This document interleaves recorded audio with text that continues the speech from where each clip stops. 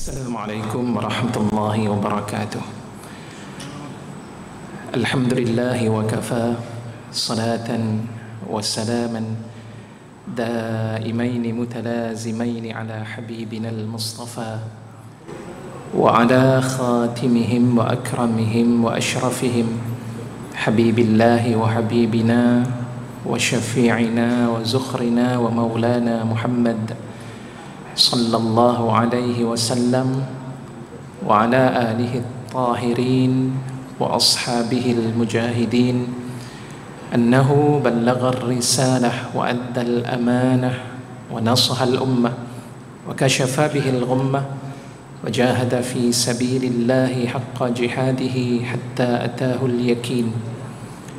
تركنا على محجة البيضاء ليلها كنهارها لا يزيغ عنها إلا هالك.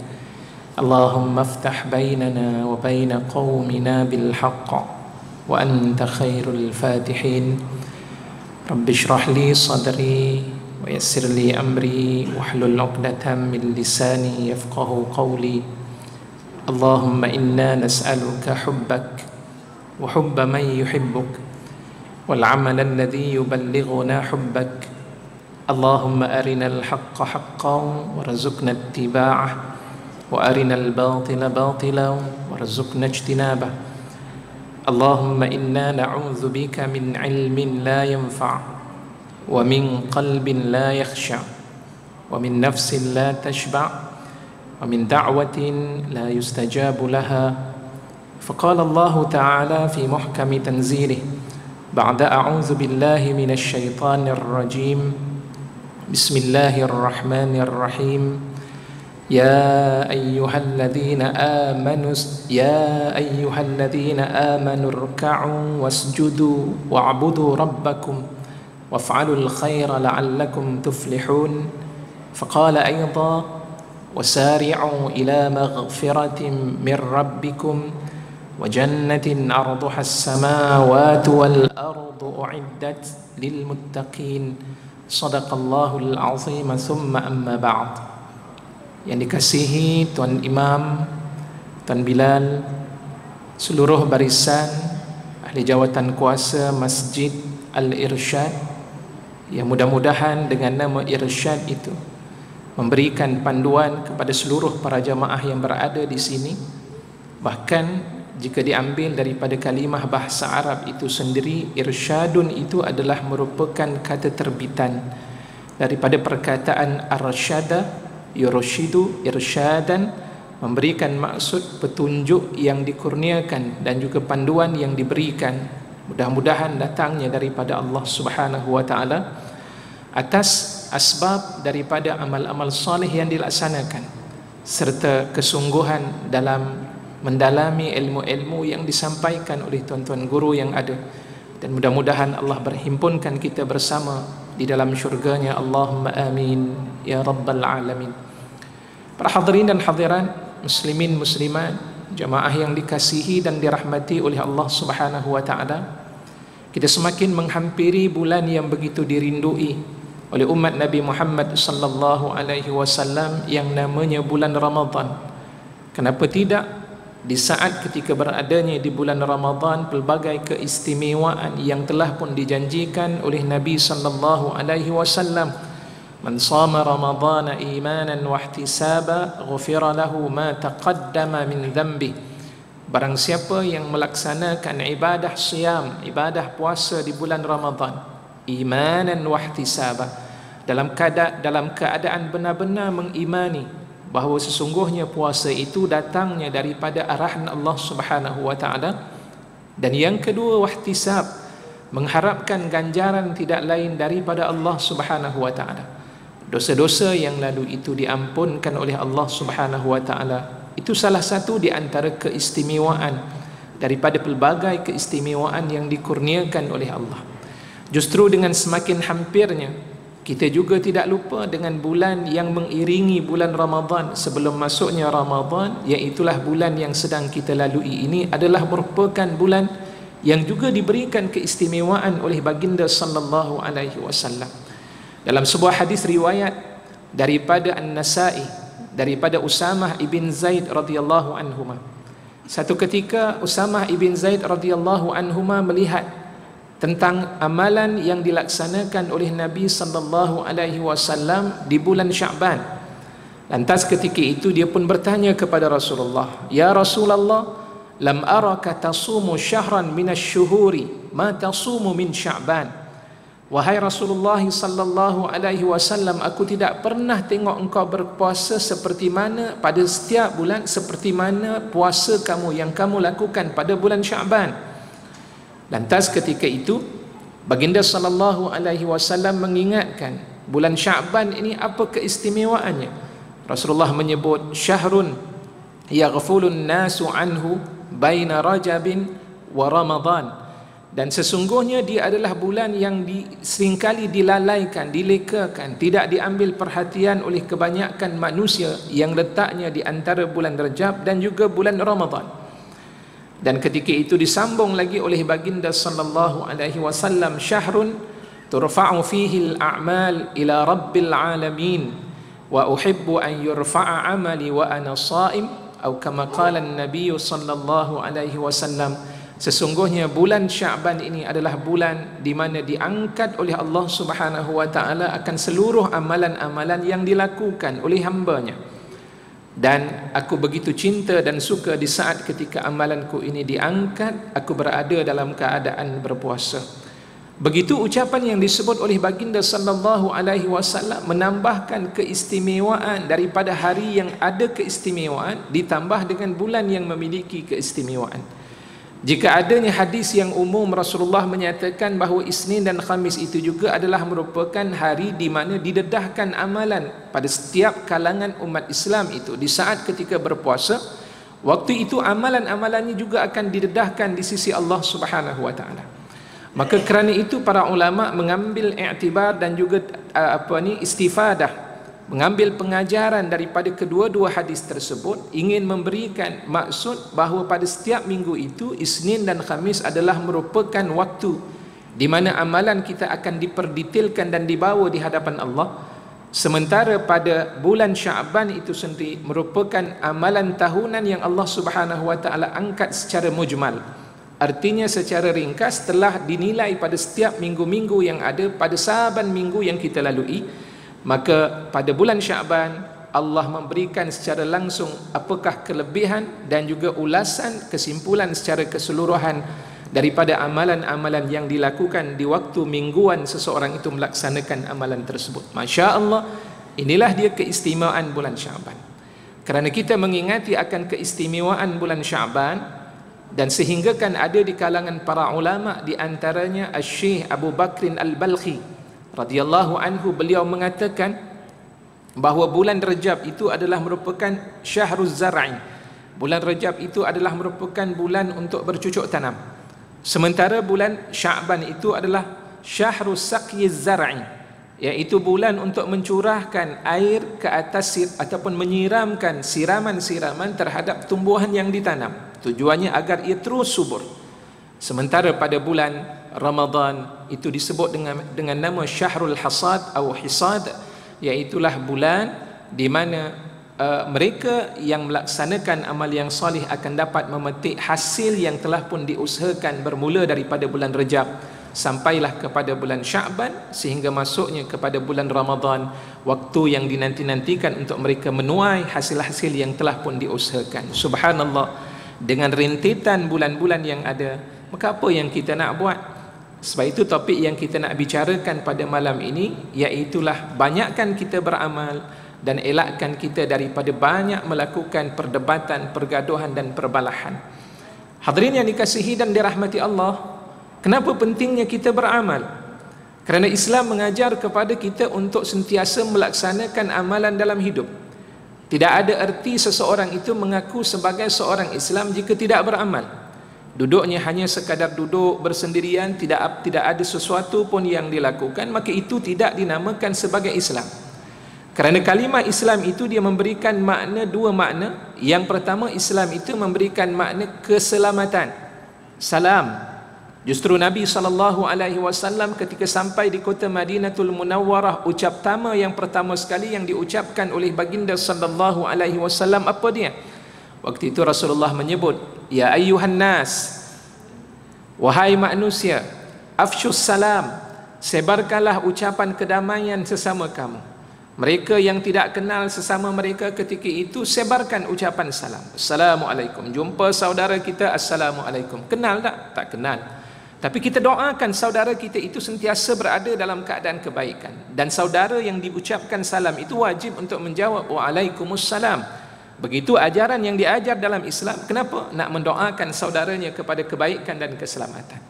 Yang kedua, Rasulullah mengatakan at'imut ta'am, bagilah makan. Kenapa dengan bagi makan? Dengan memberikan makan itu merapatkan lagi hubungan di antara sesama umat Islam itu sendiri. Tengok saudara kita berada dalam keadaan lapar, kita berikan kepadanya makanan. Tidak ada manusia di saat ketika menerima sesuatu pemberian makanan itu akan menjadi musuh kepada orang yang memberi. Pastinya dia akan terasa dirinya ataupun akan timbul dalam dirinya itu perasaan untuk membalas jika diberikan peluang oleh Allah Subhanahu wa taala. Dan yang ketiga, Rasulullah sebut lagi wasilul arham.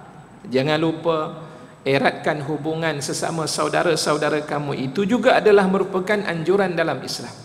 Maka sebab itu dalam Islam ni tidak pernah mengajar kepada kita untuk bergaduh, tidak pernah mengajar kepada kita untuk sentiasa berbalah. Yang penting kita laksanakan amal-amal yang saleh. Dan kemudian yang keempat, barulah diletakkan hubung kait antara hamba dengan Allah.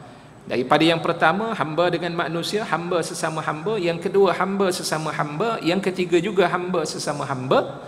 Dan kemudian diikuti yang keempat, barulah baginda sallallahu alaihi wasallam menyebut wasallu bil laili wan nasu niyam. Sembahyanglah kamu di waktu malam sedang manusia berada dalam keadaan tidur. Itu adalah merupakan waktu yang mustajab, Allah akan mengambil perhatian. Itulah dia Islam, dinus salam, agama yang sentiasa membawa kepada perpaduan, agama yang membawa kepada kedamaian. Yang kedua, Islam juga memberikan makna, al-Islam itu memberikan makna penyerahan, al-inqiyad, bermaksud kita tunduk dengan perintah-perintah yang diperintahkan oleh Allah Subhanahu wa taala. Dan bila sebut saja apa yang Allah perintahkan kepada kita, saya mulakan tadi dalam perbincangan kita di awal dengan menyebut ayat dalam surah Al-Hajj pada ayat 77 dan juga ayat dalam surah Ali Imran pada ayat 133. Apa yang Allah katakan dalam ayat 77 dalam surah Al-Hajj? Allah menyebutkan a'udzubillahi minasyaitonir rajim. Bismillahirrahmanirrahim. Ya ayyuhalladzina amanu. Satu panggilan yang Allah panggil di kalangan orang yang menganggap dan mendabik diri mereka itu beriman kepada Allah. Kerana dalam Al-Quran itu banyak panggilan-panggilan yang Allah panggil. Ada kalanya Allah memanggil manusia itu dengan ya ahlal kitab. Bagi golongan Nasrani, bagi golongan Yahudi, Allah panggil mereka itu bukan dengan agama yang dianuti oleh mereka, tapi sebaliknya Allah menyebut ya ahlal kitab, wahai ahli keluarga yang telah pun diturunkan kepada mereka kitab daripada Allah. Kitab Taurah dan juga kitab Injil telah diberikan kepada mereka. Allah panggil untuk memujuk mereka agar beriman kepada Allah Subhanahu wa taala. Ada kalanya Allah Subhanahu wa taala memanggil manusia itu dengan panggilan umum, oleh kerana manusia itu adalah merupakan insan yang sentiasa berada dalam keadaan lupa. Allah memanggil ya ayyuhan nas, wahai manusia, yang secara umumnya terlupa. Itu adalah merupakan sifat yang ada pada diri manusia. Dipanggillah manusia itu secara umumnya dengan sebutan tersebut. Dan ada kalanya mereka yang kufur tidak menerima apa yang telah dibawakan oleh baginda sallallahu alaihi wasallam itu, secara jelas Allah memanggil mereka dengan kafir. Qul ya ayyuhal kafirun. Katakanlah wahai orang-orang yang kufur kepada Allah Subhanahu wa taala, wahai orang-orang yang kafir. Dan satu ayat Allah tumpukan dalam Al-Quran, dan sebenarnya ayat itulah yang perlu untuk kita ambil perhatian, kerana panggilan itu tidak ada kepada sesiapa pun, ditujukan hanya untuk orang yang beriman. Kata Sayyidina Abdullah ibn Mas'ud radhiyallahu anhu, di saat ketika kamu mendengar ayat Allah mulakan ya ayyuhalladzina amanu isma'u wa ra'au, dengar ayat tersebut dan raikan intipati kandungan yang ada di dalam ayat-ayat seumpama ini. Surah Al-Hajj Allah memanggil dengan gelaran orang yang beriman itu. Apa yang Allah minta? Ya ayyuhalladzina amanu rka'u wasjudu. Wahai orang-orang yang beriman, rukuklah kamu semua dan sujudlah kamu semua. Ayat ini salah satu di antara ulasan dan istinbat yang diambil oleh para ulama menandakan tentang pensyariatan untuk menunaikan solat secara berjamaah. Sebab kadang-kadang ada orang dia kata, "Ustaz, mana dalil daripada Al-Quran yang menunjukkan solat itu mesti ditunaikan secara berjamaah ataupun dianjurkan dalam Islam itu solat berjamaah?" Maka dalilnya antaranya disebut dalam ayat tersebut. Allah kata apa dia? Wahai orang-orang yang beriman, irka'u wasjudu. Kalimah irka'u itu Allah bukan menggunakan satu perkataan ataupun bukan merujuk kepada seorang, tapi Allah merujuk dengan bilangan yang ramai. Tidak mungkin kita menunaikan solat secara beramai-ramai dengan rukuk yang serupa. Itu satu perkara yang mustahil. Sahabat kita rukuk di sebelah, kita pun duk rukuk sama, duk tengok lama dia rukuk, kita pun duk rukuk lama juga macam dia. Subhanallah, itu tidak mungkin akan berlaku. Tetapi rukuk yang serupa dan sujud yang sama itu dia berlaku dalam solat secara berjamaah. Sebab itu dalil daripada ayat itu Allah memulakan agar kita sentiasa menjaga ibadah solat, kerana salat itu adalah merupakan ibadah yang meletakkan hubungan begitu rapat di antara manusia dengan Allah Subhanahu wa taala. Rasulullah sallallahu alaihi wasallam menyebut bahawa salat di antaranya baginda sallallahu alaihi wasallam menyatakan bahawa dalam hadis, saya terlupa matan hadis tersebut, maka baginda sallallahu alaihi wasallam Rasulullah sallallahu alaihi wasallam menyebut aqrabu ma yakunul 'abdu min rabbih wa huwa sajidun fa aktsirud du'a. Jarak yang paling hampir di antara seorang hamba dengan Allah Subhanahu wa taala iaitulah sedang mereka sujud, perbanyakkan memohon doa kepada Allah. Dan sujud itu berlaku dalam ibadah salat. Bermakna salat ini adalah merupakan ibadah yang begitu diambil berat oleh Allah Subhanahu wa taala dalam kehidupan umat Islam. Baginda sallallahu alaihi wasallam bila mendengar salat, itulah amalan yang paling memberikan hiburan kepada Rasulullah. Wa ju'ilat qurratu 'aini fi shalah, dan dijadikan seronok mataku memandang, terhibur mata hatiku ini dengan salat yang dilaksanakan. Sebab itu kita kena jaga ibadah salat. Banyak dalil-dalilnya tuan-tuan. Surah Al-Baqarah sebagai contohnya di akhir juzuk yang kedua. Antaranya Allah menyebut, di antara Allah mengatakan apa dia? Hafizu 'alas salawati was salatil wusta wa qumu lillahi qanitin. Peliharalah sentiasa. Kalimah yang Allah sebut dengan kalimah hafizu itu tidak sama dengan ihfazu. Hafizu itu memberikan suatu gambaran supaya kita jaga sungguh-sungguh solat yang dilaksanakan. Pertama, jaga sungguh dari sudut waktunya. Yang kedua, jaga sungguh-sungguh dari sudut pengisian solat yang kita laksanakan agar dapat melahirkan sifat yang khusyuk dalam solat tersebut. Dan tidak mustahil Allah menyebut dalam surah Al-Mu'minun, Allah meletakkan kepada kita gambaran manusia yang cemerlang itu dengan melihat solatnya bagaimana. Qad aflahal mu'minun alladzina hum fi salatihim khashi'un. Sesungguhnya telah berjaya dan cemerlang orang-orang yang beriman. Macam mana mereka dianggap cemerlang dalam hidupnya semasa berada di dunia? Alladzina hum fi salatihim khashi'un. Mereka yang sentiasa berada dalam solatnya khusyuk kepada Allah Subhanahu wa taala. Nah, usahakan kita untuk melahirkan khusyuk.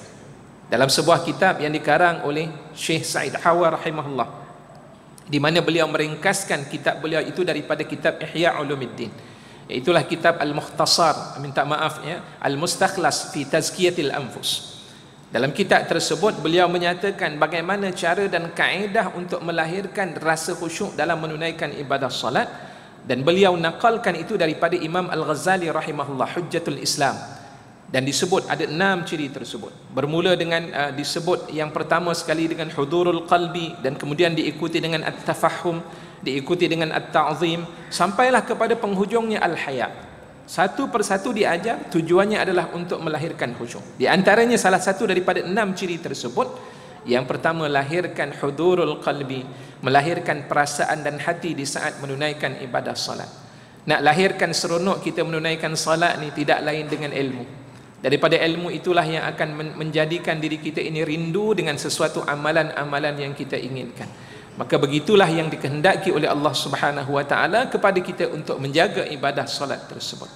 Yang kedua, Allah mengatakan dalam surah Al-Hajj pada ayat 77, wa'budu rabbakum, dan beribadahlah olehmu terhadap Tuhanmu. perintah yang disebut secara umum. Kita nak beribadah kepada Allah Subhanahu wa taala, Allah kata jadikan seluruh gerak-geri dalam kehidupan kita ini ibadah kepada Allah. Ibadah ini ada ibadah yang khusus. Ibadah yang khusus ini adalah ibadah-ibadah yang disebut oleh Allah Subhanahu wa taala secara khusus. Apa dia ibadah-ibadah yang khusus ataupun disebut sebagai ibadah mahdhah? Ibadah yang memang dikhususkan untuk kita melaksanakannya, bahkan ia merupakan tanggungjawab kepada kita. Salat, ibadah khusus kerana ada dalil yang menyebutkan secara khusus agar kita melaksanakan ibadah salat. Puasa, ibadah khusus yang Allah Subhanahu wa taala perintahkan secara jelas dalam surah Al-Baqarah ayat 183. Ya ayyuhalladzina amanu kutiba alaikumusiyam ila akhiril ayat. Dalam ayat itu Allah Subhanahu wa taala menyatakan agar kita ini berpuasa seperti mana umat yang terdahulu untuk melahirkan rasa bertakwa kepada Allah Subhanahu wa taala. Apa lagi? Bab berkaitan dengan haji, bab berkaitan dengan sedekah, bab yang berkaitan tentang zakat. Dan begitulah perkara-perkara yang telah diperjelaskan oleh Allah, maka itu namanya adalah ibadah secara khusus. Dan satu lagi ibadah yang umum, segala tindakan-tindakan yang kita lakukan dalam hidup kita dengan dua perkara penting yang perlu dijaga. Syarat untuk menjadikan sesuatu amalan dalam hidup ini ibadah, yang pertama mesti ada niat. Untuk kita lakukan tadi kerana Allah Subhanahu wa taala. Innamal a'malu binniyat wa innama likulli imri'in ma nawa. Adapun setiap amalan-amalan itu mesti berkait dengan niat.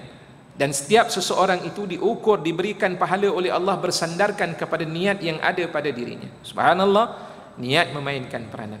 Tuan-tuan datang pergi ke masjid malam ni, kita duduk datang tadi dalam keadaan datang, apa tujuan dan matlamat kita hadir?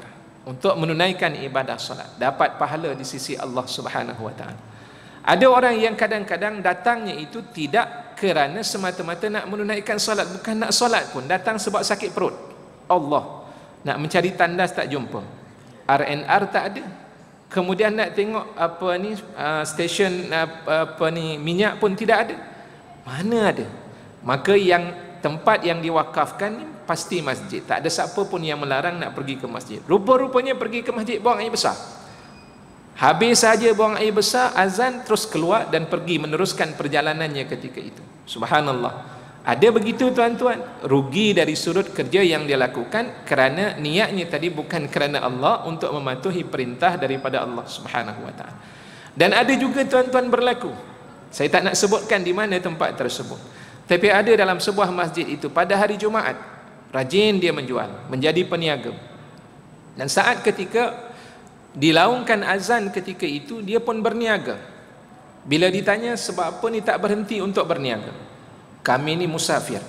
Pelik sungguh, ni datang daripada mana? Mula mengaku datang daripada negeri luar. Dia kata kami daripada negeri. Kita dok dalam pemikiran kita rasa pelik, macam mana daripada tempat yang jauh boleh datang di sini, padahal tempat mereka ni pun ada juga, takkanlah tak ada jual makanan, buah-buahan dan sebagainya. Tapi itulah alasan yang dipergunakan oleh mereka, kerana melihat keuntungan itu hanya sekadar keuntungan yang dipandang dengan mata kasar, tapi tidak melihat tentang soal barakah daripada apa yang diusahakan dalam kehidupan. Sebab itu dalam Islam ini yang pertama sekali niat perlu diperbetulkan. Maksud kerana Allah tu apa dia? Mematuhi segala perintah yang Allah Subhanahu wa taala perintahkan. Saya minum untuk memberikan kekuatan kepada saya meneruskan usaha dan kerja dalam kehidupan. Kalau tak minum, kalau tidak makan, menyebabkan saya lapar dan lemah, sehingga akhirnya tidak menyebabkan saya bekerja. Dan dalilnya dalam Al-Quran Allah ajar pada kita. Ya, apa ni di antaranya Allah menyebut dalam Al-Quranul Karim, wa qul i'malu fasayarallahu amalakum. Beramal dan bekerjalah kamu, Allah melihat. Untuk melahirkan kerja dalam diri kita, kita perlukan makan, kita perlukan minuman. Maka sebab itu niat penting. Dan yang kedua, di saat ketika kita melakukan kerja tadi, ia tidak bercanggah dengan syariat daripada Allah Subhanahu wa taala. Selagi mana dalil itu wujud, walaupun dia bersifat dengan sifat yang umum, maka silakan sahaja untuk kita lakukan. Dalam ayat yang saya bacakan tadi dalam surah Al-Hajj, Allah sebut, bila Allah sebut wa'budu rabbakum, dan diikuti dengan kalimah berikutnya, apa dia? Waf'alul khaira, dan lakukanlah oleh kamu apapun kebaikan-kebaikan yang namanya amal salih, la'allakum tuflihun. Mudah-mudahan kamu diberikan kejayaan dan kemenangan oleh Allah Subhanahu wa taala. Allahu akbar. Nak berjaya dalam hidup ni, banyakkan kita melakukan amal-amal yang salih. Cuma kadang-kadang timbul dalam diri kita ini duk bergaduh permasalahan-permasalahan yang sebenarnya sudah pun selesai dibicarakan oleh para ulama, maka itulah yang menjadi bahan perbincangan di kalangan kita sehingga akhirnya bergaduh dalam soal amalan yang dilaksanakan. Tuan-tuan, amalan yang dilaksanakan ini dia sudah tentulah kita nak meletakkan hukumnya boleh ataupun tidak boleh, itu berdasarkan kepada ahkam asy-syar'iyyah, hukum-hukum syarak. Dan bila sebut hukum syarak ni, para ulama telah pun menyusun hukum syarak itu ada 5 sahaja. Yang pertama disebut dengan nama wajib, yang kedua disebut dengan nama sunat, yang ketiga namanya adalah haram, ya. Dan kemudian disebut juga apa hukumnya, makruh dan juga harus. Ini hukum-hukum yang telah pun diletakkan di dalam Islam. Dan ulama sepakat untuk mengatakan sesuatu perbuatan itu nak meletakkan hukum dia tidak lari daripada 5 perkara tersebut. Dan bila mana kita nak meletakkan hukum daripada 5 perkara tersebut, dia mestilah berdasarkan kepada dalil-dalil yang tertentu. Tidak ada dalil yang mengatakan apabila Rasulullah tidak melakukan itu maka tidak boleh dilakukan. Itu tidak terikat dengan hukum yang 5 yang telah pun ittifaq, disepakati oleh para ulama berkaitan tentang hukum tersebut. Kerana itu apabila kita banyak membaca dan banyak berbicara berkaitan tentang ilmu-ilmu seumpama ini, akhirnya akan menyebabkan hati kita ini terbuka dan lahirlah sifat berlapang dada. Tuan-tuan membaca dalam sebuah kitab yang dikarang oleh Syekh Abdullah Al-Ghammari As-Siddiqi rahimahullah. Beliau menyebutkan dalam kitabnya apa dia? Beliau mengarang kitabnya Husnut Tafahumi wad Darki li Mas'alati Tarki. Eloknya suatu kefahaman dan juga pengetahuan berkaitan tentang apa yang tidak dilakukan oleh Nabi SAW. Beliau mengarang pada mukaddimah kitab tersebut, ketika beliau membicarakan kitab itu, beliau mengatakan, saya terkesan dengan suatu persoalan yang diajukan oleh anak murid saya. Anak muridnya disebut dengan nama Al-Ustaz, disebutlah namanya tetapi permulaan tu Ustaz. Ustaz ni tuan-tuan dalam bahasa Arab dia bermaksud profesor. Sebab itu kami ni berbangga, tak payah sebut profesor pun tak apa, panggil Ustaz pun cukuplah, alhamdulillah. Sebab kedudukan Ustaz itu dia adalah profesor kalau di negara-negara Arab. Dia akan letak Al-Ustaz Ad-Doktor. Letak yang permula Ustaz itu, Ustaz sudah merujuk kepada profesor. Tinggi martabatnya kedudukan Ustaz itu. Tuan-tuan, ketika itu profesor tersebut dia bertanya kepada tuan gurunya, iaitulah Syekh Abdullah Al-Ghammari As-Siddiqi rahimahullah. Waktu itu dia kata, tuan guru tolong buat suatu lakaran, tolong buat suatu ilmu dan juga maklumat pengetahuan, kumpulkan kepada kami tentang masalah-masalah yang berlaku di kalangan umat Islam kita, berkaitan tentang masalah-masalah hukum hakam dan perselisihan di kalangan ummah. Maka timbullah kitab yang dikarang oleh beliau, salah satunya kitab tersebut. Dan kemudian beliau menyatakan tidak semua perkara yang tidak dilakukan oleh Nabi SAW maka hukumnya adalah haram. Itu ulasan yang dinyatakan oleh beliau. Dan kemudian beliau menakalkan hadis-hadis yang menarik. Yang pertama beliau mengatakan dalam kitab tersebut, pertama yang menunjukkan dan membuktikan baginda SAW meninggalkan sesuatu tidaklah haram, diambil dengan kisah satu ketika baginda SAW dihidangkan dengan daging dhab. Tuan-tuan tahulah dhab. Kita pun dengar kalau dhab ni mungkin oh sedap saja kita makan. Tapi bila sebut makan biawak, bunyi itu dah lain macam lah. Saya ingat bila sejarah tu saya tidak lupa ketika kami berdakwah di Sabah. Jadi waktu ketika kami sedang menaiki kenderaan, naik van, dalam perjalanan tu tengok ada macam-macam daging panggang di tepi jalan. Jadi disebut dengan apa? Tuan-tuan mungkin di Sabah tahulah. Saya tanya kepada pemandu, ni apa ni bau ni? Macam sedap aja, ingat nak makan. Dia kata ni Ustaz sinalau bakas, dia kata. Kita duk tengok sinalau bakas ni apa benda, kita pun tak faham lah sinalau bakas. Rupanya dia kata Ustaz sinalau bakas tu adalah babi panggang. Allahu Akbar, dengar sahaja bunyi babi panggang, hilang terus rasa selera nak melihat, dan bau kalau boleh nak tutup hidung kita tuan-tuan. Subhanallah, sebab kita tak kenal perkataan tersebut. Para hadirin yang dikasihi dan dirahmati Allah, macam dhab tadilah. Sebut katakan dhab mashwi, contohnya dhab panggang. Katakan oh, sedap ni makanan Arab ni, dhab panggang. Kita pun tak makan. Dah habis makan waktu tu, apa dhab ni? Biawak pasti. Allah, bunyi biawak ketika itu tak lalu kita nak makan. Tetapi khasiatnya cukup tinggi dan juga baik. Tak percaya tanya Ustaz Nazrul. Para hadirin dan hadirat, muslimin muslimat yang dikasihi dan dirahmati oleh Allah, apa yang berlaku ketika itu? Rasulullah dihidangkan dengan daging panggang ketika itu, iaitulah dhab. Rasulullah nak makan, dan kemudian kata daripada sahabat Nabi sallallahu alaihi wasallam, "Ya Rasulullah, hadza dhabbun mashwi." Wahai Rasulullah, ni adalah daging biawak panggang wahai Rasulullah. Tiba-tiba fa'amsaka yadahu, Rasulullah menahan tangannya ketika itu dan meletakkan semula akan daging tersebut di bawah. Lantas ketika itu sahabat bertanya, "Aharaman hadza ya Rasulullah?" Haram ke nak makan daging ini ya Rasulullah? Rasulullah kata tidak, cuma fa'u'afih. Dalam hadis itu mengatakan, aku tak selera nak makan, sebab Rasulullah tak biasa nak makan makanan tersebut, ditinggalkan oleh Nabi sallallahu alaihi wasallam. Apakah hukum Rasulullah tak buat itu haram? Jawapannya tidak. Dan pada saat ketika itu sahabat tetap makan. Bila Rasulullah sallallahu alaihi wasallam tak makan, sahabat makan. Dimakan makanan tersebut kerana makanan itu tidaklah haram sekalipun ditinggalkan oleh Nabi sallallahu alaihi wasallam. Kenapa? Kerana adat baginda sallallahu alaihi wasallam tidak memakan daging tersebut.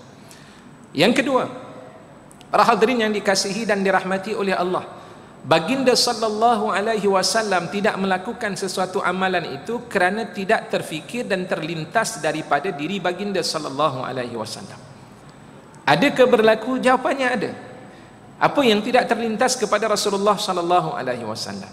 Biasanya tuan-tuan, kita meraihkan ataupun menyambut hari kebesaran Islam, di antaranya Maulidir Rasul sallallahu alaihi wasallam. Hari kelahiran baginda sallallahu alaihi wasallam. Apa yang kita sambut?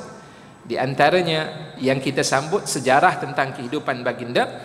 Salah satunya, saya yakin tuan-tuan pernah mendengar tentang Haninul Jaza', kisah yang diceritakan oleh Al-Imam Ibn Kathir dalam kitabnya Al-Bidayah wan Nihayah, berkaitan tentang rintihan yang berlaku pada sebatang pohon kurma. Ya, Hanin yang disebut dengan bunyi tangisan yang berlaku pada batang pohon kurma ketika itu. Sebab apa dia merintih? Sebab apa pohon kurma itu menangis ketika itu? Kerana Rasulullah tidak menjadikan lagi tempat untuk bersandar ketika menyampaikan khutbah. Dan ketika itu Rasulullah letakkan di penjuru masjid Nabi sallallahu alaihi wasallam. Pada hari Jumaat ketika itu Rasulullah sedang berjalan dan bergerak untuk menyampaikan khutbah, tiba-tiba terdengar tangisan batang kurma tersebut.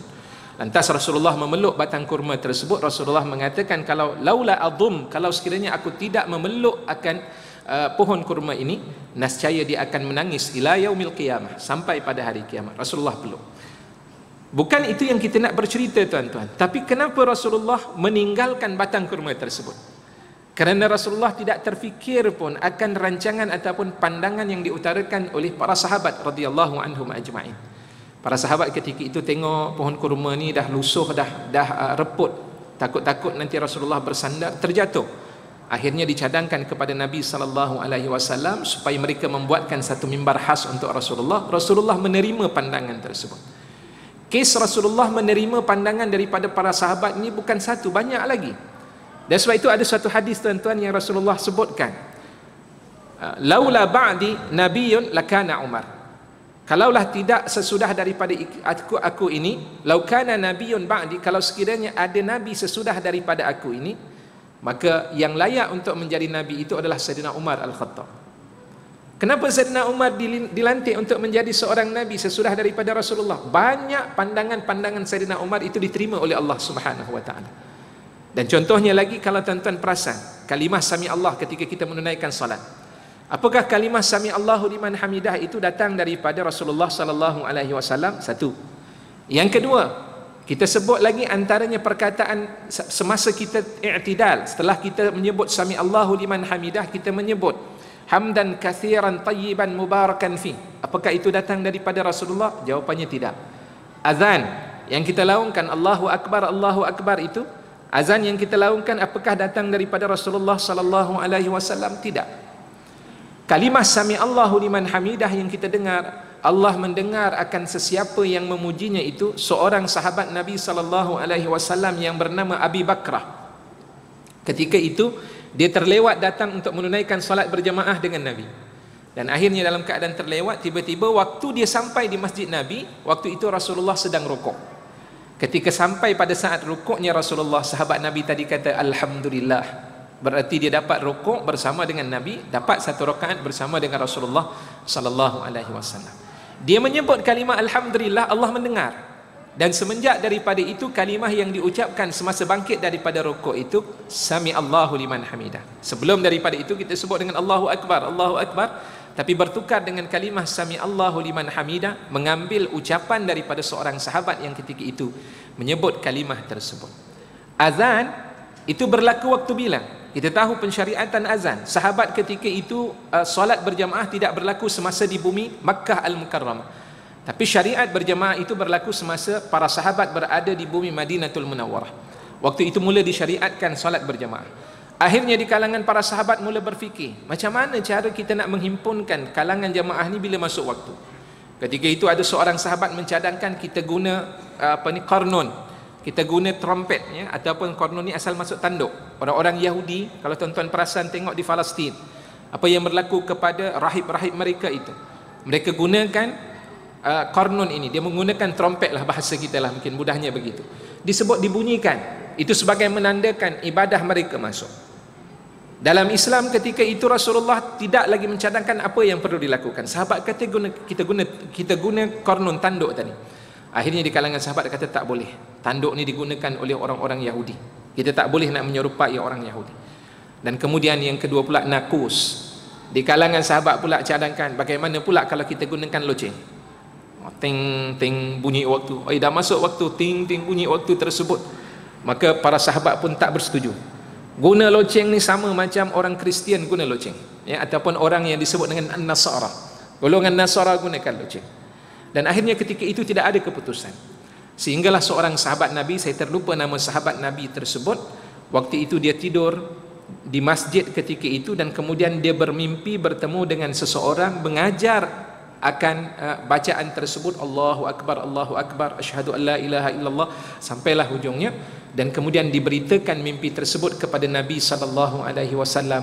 Akhirnya Rasulullah menerima, inilah dia keinginan yang aku mahukan untuk kita laungkan azan tersebut, dan kemudian disyariatkan menjadi laungan yang telah pun berlangsung semenjak zaman Nabi sallallahu alaihi wasallam, sehinggalah zaman kita bila masuknya waktu solat, laungan azan itu mula kita laungkan. Subhanallah. Siapa yang lakukan itu asalnya daripada sahabat, mimpi daripada seorang sahabat. Sebutan yang kita sebut semasa i'tidal, hamdan kathiran tayyiban mubarakan fih. Hamdan kathira, pujian yang banyak yang elok, mubarakan yang diberkati, ya, mubarakan, hamdan kathiran tayyiban mubarakan fih, yang diberkati padanya. Kalimah pujian kita itu adalah kalimah yang terbaik. Tiba-tiba sesudah diucap oleh sahabat tadi, Rasulullah sallallahu alaihi wasallam berikan salam. Habis sahaja Rasulullah memberikan salam dan berdoa, ketika itu Rasulullah kata, manil mutakallim, siapa yang berkata-kata? Masuk. Okey. 1 minit lagi. Baik, siapa yang berkata-kata ketika itu? Sahabat Nabi pun angkat tangan. Kata, saya yang berkata, yang menyebut demikian ya Rasulullah. Akhirnya bila begitu berlaku, Rasulullah kata, tadi sebenarnya aku telah pun melihat bid'un wa sab'in, 70 lebih daripada malaikat ketika itu sedang turun berlumba-lumba untuk mencatatkan ucapan tersebut. Maknanya pahala besar mereka yang mengucapkan kalimah tersebut semasa i'tidal. Ucapan itu bukan datang daripada Nabi sallallahu alaihi wasallam, tetapi berlakunya daripada sahabat baginda Rasulullah sallallahu alaihi wasallam. Maka kata Syekh Abdullah Al-Ghummari rahimahullah, begitulah ada sesuatu yang tidak terlintas kepada baginda sallallahu alaihi wasallam, tetapi ia tidak menandakan kepada sesuatu yang diharamkan oleh Allah, selagi mana ia tidak berlanggar ataupun bertentangan dengan syariat dan juga peraturan-peraturan yang telah pun ditetapkan di dalam Islam dengan dalil-dalil yang ada. Kemudian yang ketiga, ada kalanya baginda sallallahu alaihi wasallam itu tidak melakukan hal ataupun sesuatu amalan itu bukan bermakna haram, tetapi ia merupakan sesuatu yang disebut secara umum di dalam Al-Quran maupun hadis. Bila disebut antaranya ayat yang saya bacakan dalam surah Al-Hajj ayat 77 itu, Allah menyebut waf'alul khaira la'allakum tuflihun. Lakukanlah apa sahaja kebaikan. Al-khaira itu Allah sebut dalam bentuk yang umum itu, apa pun namanya baik, maka kamu akan diberikan kejayaan oleh Allah Subhanahu wa taala. Contohnya Al-Quran. Tuan-tuan nak baca Al-Quran, ada orang tak setuju bila baca Al-Quran di kubur. Saya ingat ada saya membaca ataupun saya tengok dalam suatu video, sama ada di YouTube ataupun di mana, saya lihat ada orang yang tak bersetuju. Ni kenapa ni baca di kubur? Hadirin hadirat, muslimin muslimat yang dikasihi dan dirahmati Allah, saya sambung sedikit lagi dalam perbincangan kita pada malam ini. Di antaranya apa yang berlaku dalam kehidupan kita. Kadang-kadang orang bila melihat satu perbuatan Rasulullah tidak lakukan, maka kita kata tak boleh untuk melakukannya. Tetapi kita terlupa bahawa di sana banyak dalil-dalil yang menyebut secara umum. Contoh tadi berkaitan membaca Al-Quran di kubur sebagai contohnya. Tidak ada dalil yang mengharamkan akan hal tersebut. Bahkan dalil yang menggalakkan bacaan Al-Quran itu ada dan tidak disebut di mana tempat dan lokasinya. Rasulullah menyebut secara umum dalam hadis. Rasulullah mengatakan apa dia? Iqra'ul Quran fa innahu ya'ti yaumal qiyamati syafi'an li ashabi. Bacalah kamu akan Al-Quran, nanti pada hari kiamat kelak dia memberikan syafaat kepada orang yang membacanya. Nak baca Khamis malam Jumaat dengan bacaan surah Yasin. Yasin tu Al-Quran ke bukan? Al-Quran. Apa salahnya? Hadis mengatakan demikian. Tak, Rasulullah tidak lakukan. Betulkah Rasulullah tidak pernah melakukan bacaan Khamis malam Jumaat itu? Bacaan Yasin Rasulullah tak baca. Cuma kadang-kadang kita tak melihat dan perhatikan Rasulullah baca. Waktu bila Rasulullah baca bacaan Yasin tu? Pada Qiyamil Lail baginda sallallahu alaihi wasallam. Tuan-tuan bayangkan Qiyamil Lail Rasulullah. Satu rakaat sahaja berapa juzuk Rasulullah baca? Rakaat yang pertama Rasulullah baca surah Al-Baqarah. Sambung habis surah Al-Baqarah dibaca dengan surah An-Nisa. Habis An-Nisa masuk Ali Imran. Tengok dari sudut bacaan menurut kepada hadis Nabi sallallahu alaihi wasallam. Surah Al-Baqarah ni dah berapa juzuk tuan-tuan? Masuk juzuk ketiga. Kemudian sambung lagi dengan surah Ali Imran. Masuk sampai juzuk yang keempat. Kemudian surah An-Nisa juzuk kelima masih lagi surah An-Nisa. Tuan-tuan bayangkan kalau kita buat solat sunat tarawih. Malam ni insya-Allah kita akan sama-sama menunaikan solat 8 rakaat. Alhamdulillah. Kita kata alhamdulillah. Rakaat pertama kita akan baca 5 juzuk ayat. Innalillahi wa inna ilaihi raji'un. Sebut mula-mula alhamdulillah, tiba-tiba innalillah. Ada sebuah masjid tuan-tuan, ni kisah juga, ni pengalaman. Yalah kita ada pengalaman dahulu berpuluh tahun, belas tahun lah, tak kata puluh tahun. Berbelas tahun di masjid. Waktu itu bertugas menjadi imam juga. Jadi saat ketika itu tiba-tiba ada suatu jemputan, dan ketika itu dibenarkan imam-imam yang berada daripada luar negara untuk menjadi imam. Kebetulan waktu itu Syekh Jibril yang sepatutnya bertemu dengan Perdana Menteri untuk menunaikan solat bersama Perdana Menteri tiba-tiba tak jadi, dibatalkan program tersebut pada bulan Ramadan. Dan pada saat yang serupa panggilan ketika itu pengiring kepada Syekh tersebut buat panggilan. Assalamualaikum Ustaz. Salam. Ustaz, boleh tak malam ni kami nak minta masjid Ustaz ni terjemput Syekh Jibril? Saya kata alhamdulillah, ahlan wa sahlan. Sebab apa? Kami dulu semasa kami belajar di Mesir dahulu, nak jumpa dengan Syekh Jibril ni bukan satu perkara yang mudah. Nak jumpa, ya Allah, payah sungguh. Kalau nak dapat pun saf yang belakang, paling tidak pun saf yang ke-8, ke-9, barulah kami dapat ketika itu beratur pada saf tersebut. Sebab memang banyak. Ya, waktu itu kami pernah masa mula-mula kami datang ke ke Mesir ketika itu, abang-abang lama ni yang senior-senior semua berikan kepada kami satu jawapan yang cukup meyakinkan kami. Apa dia kata? Ustaz, dia kata sebutlah pada kami. Ni adik-adik sekalian ni, malam 27 kita pergi ke Masjid Amru Al-As. Ya. Masjid Amru Al-As. Kenapa kami nak pergi situ? Malam 27 Jibril turun. Kata, Allah, hebat sungguh. Macam mana mereka tahu malaikat Jibril boleh turun waktu itu? Kita pun duk hebat sungguh abang-abang ni. Pergi waktu itu dia menunaikan solat pada waktu jam 2 pagi. Waktu pagilah kami sanggup datang tidur di sana. Jadi pada waktu tersebut pun tunaikan solat. Mana Jibril ni tak ada, macam mana nak tahu Jibril ada? Tu yang baca jadi imam itulah Jibril. La ilaha illallah.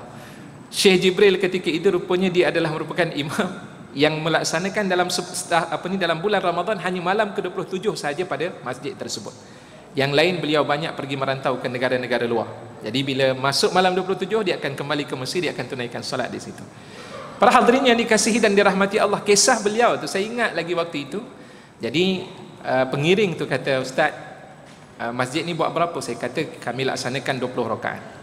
Baik, Ustaz, boleh tak kita buat 8 rakaat? Okey, tak apalah, malam ni kerana Jibril minta, tak apa. Saya kata waktu itu kita buat 8 rakaat. Saya pun umumkanlah pada malam tersebut. Tuan-tuan, para hadirin yang dikasihi dan dirahmati Allah, sebelum kita menunaikan solat malam ni kita ada tetamu khas. Syekh Jibril dan beliau bercadang untuk melaksanakan solat sebanyak 8 rakaat. Macam mana pandangan semua? Kata, alhamdulillah bagus. Semua duk tunjuklah, dia kata bagus, alhamdulillah 8 rakaat. Rupa-rupanya setiap satu rakaat satu juzuk daripada 8 rakaat, dan bacaan beliau tu bukan bacaan laju. dalam keadaan sederhana membaca ketika itu dibaca.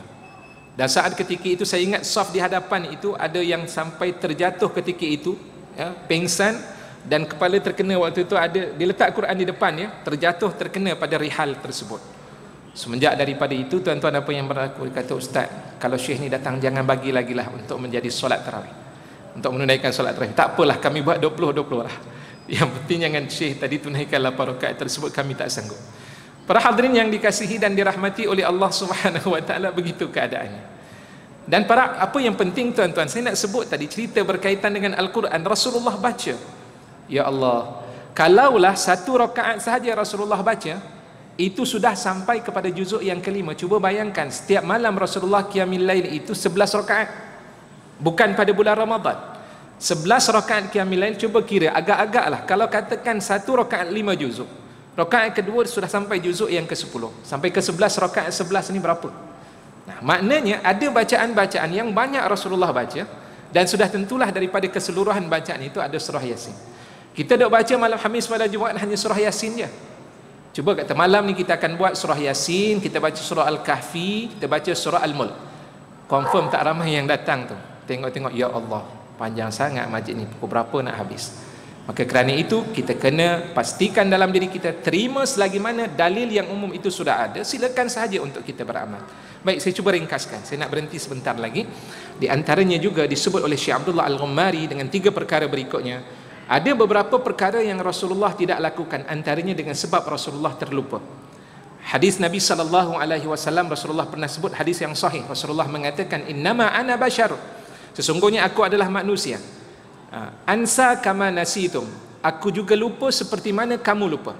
Fa idza nasitu fadzakkiruni, di saat ketika aku terlupa, tolong ingatkan aku. Ada satu kisah yang berlaku kepada Nabi SAW. Rasulullah menunaikan solat zuhur 2 rakaat. Ketika itu ada kisah dalam kitab-kitab mazhab Asy-Syafi'i, ada disebutkan kisah Zil Yadain yang ketika itu menegur Rasulullah SAW. Sebab sahabat yang lain semua tak berani nak tegur, termasuklah Sayyidina Umar. Ketika Rasulullah sampai rakaat yang kedua, Rasulullah bagi salam, Assalamualaikum warahmatullahi. Dan Zil Yadain terus menegur, ya Rasulullah, kamu kosorkan solat ke? Baru Rasulullah teringat buat 2 rakaat. Rasulullah tambah lagi dengan 2 rakaat berikutnya ketika itu untuk mencukupkan 4 rakaat. Dan itu ada perbahasan di kalangan para ulama. Cuma saya nak menyebutkan bahawa Rasulullah pernah meninggalkan sesuatu akibat daripada terlupa. Yang kelima, ada kalanya Rasulullah SAW meninggalkan, tidak melakukan sesuatu kerana takut Allah memfardukan kewajipan menjadi satu perkara yang wajib. Yang sunat itu menjadi wajib, maka Rasulullah tidak melaksanakan. Contohnya apa dia? Solat sunat tarawih. Rasulullah bukan 30 hari menunaikan solat berjamaah bersama dengan jamaah para sahabat radhiyallahu anhum ajmain. Hanya hari pertama, hari kedua, hari ketiga. Hari berikutnya Rasulullah tidak lakukan. Bila ditanya kepada Nabi SAW, kami menunggu-nunggu kehadiran kamu tapi kamu tidak hadir ya Rasulullah. Jawab daripada baginda SAW, akhsha an tufrada alaikum, aku takut nanti difardukan solat tarawih itu ke atas kamu dan kamu tidak mampu untuk menanggung kewajipan tersebut. Maka sebab itu Rasulullah meninggalkan amalan tersebut kerana ditakuti menjadi fardu dan akhirnya membebankan umat Nabi Muhammad SAW. Dan yang terakhir disebutkan oleh Syekh Abdullah Al-Ghummari, kenapa Rasulullah tidak lakukan? Kerana takut nanti para sahabat akan keluar daripada Islam. Itu khusus kepada sahabat-sahabat yang mu'allaf, yang baru memeluk ajaran Islam. Laula hadatsatu qaumi bil kufri, kalaulah tidak kerana barunya kaum kamu wahai Aisyah radhiyallahu anha terhadap kekufuran itu, kerana baru memeluk ajaran Islam, la naqadtu al baita, nescaya aku akan hancurkan Baitullah, wala banaitu ala asasi Ibrahim, dan aku akan bina semula mengikut kepada acuan dan binaan yang dilakukan oleh Nabi Ibrahim alaihissalam. Sebab dalam binaan Nabi Ibrahim alaihissalam, pintu Kaabah itu bukan berada di atas, tapi pintu Kaabah itu dia berada di bawah, melekat dengan bumi tersebut. Tapi Rasulullah tidak lakukan. Kenapa tuan-tuan? Disebabkan kerana masyarakat jahiliyah baru sahaja memeluk ajaran Islam, golongan musyrikin yang berada di Mekah baru memeluk ajaran Islam. Rasulullah nak menjaga hati mereka terlebih dahulu lantaran Rasulullah tidak melakukan keinginan yang dimahukan oleh baginda sallallahu alaihi wasallam. 6 dalil inilah yang digunakan oleh Syekh dan kemudian diperjelaskan dalam kitab beliau. Tuan-tuan boleh baca kitab tersebut. Maka justru daripada itu janganlah kita bergaduh dalam masalah-masalah yang merupakan perbincangan dan perbahasan di kalangan para ulama. Tapi yang penting kita bina dalam diri kita, berusaha bersungguh-sungguh mengejar apapun namanya kebaikan. Mudah-mudahan kebaikan itulah yang menjadi benteng untuk menimbulkan rasa kasih sayang Allah Subhanahu wa taala kepada kita bersama, insya-Allah. Para hadirin yang dikasihi dan dirahmati Allah, terakhir Allah menyebut dalam surah An-Nahl ayat ke-97. Berkata daripada Allah, "Man 'amila salihan min dzakarin aw untha wa huwa mu'min, falanuhyiyannahu hayatan thayyibah wa lanajziyannahum ajrahum bi ahsani ma kanu ya'malun."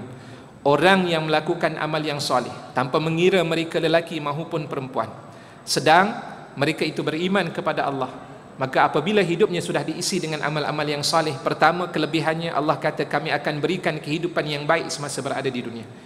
Diri kita ni banyak tidak tenang, stres dalam kerja kita, macam-macam perkara yang berlaku musibah dalam kehidupan kita, antara puncanya kerana kita tidak menghidupkan diri kita ini dengan amal yang soleh. Janji daripada Allah, orang yang melakukan amal yang saleh ini Allah bagi kehidupan yang baik. Dan yang kedua, balasan yang tidak akan terhitung dengan sebaik-baik balasan di hari akhirat kelak. Sebab itu dalam hidup kita ni kejarlah apapun namanya kebaikan dan jangan tinggalkan ia. Mudah-mudahan dengan kebaikan yang kita lakukan ini akan memberikan kebahagiaan hidup kita di dunia dan akan memperolehi ganjaran yang berlipat kali ganda yang akan dikurniakan oleh Allah di hari akhirat kelak. Allahumma amin. Dan saya kira sekadar ini yang sempat untuk kita bicarakan. Mudah-mudahan ada kebaikan dalam pertemuan kita pada malam ini. Yang baik itu datang daripada Allah Subhanahu wa taala. Al-haqqu min rabbik fala takunanna minal mumtarin. Aqulu qawli hadha wa astaghfirullahal azim li wa lakum. Billahi at-taufiq wal hidayah. Wassalamu alaikum warahmatullahi wabarakatuh. A'udzu billahi minasy syaithanir rajim. Bismillahirrahmanirrahim. Alhamdulillahi rabbil alamin wassalatu wassalamu ala asyrafil anbiya'i wal mursalin wa ala alihi washabbihi ajma'in.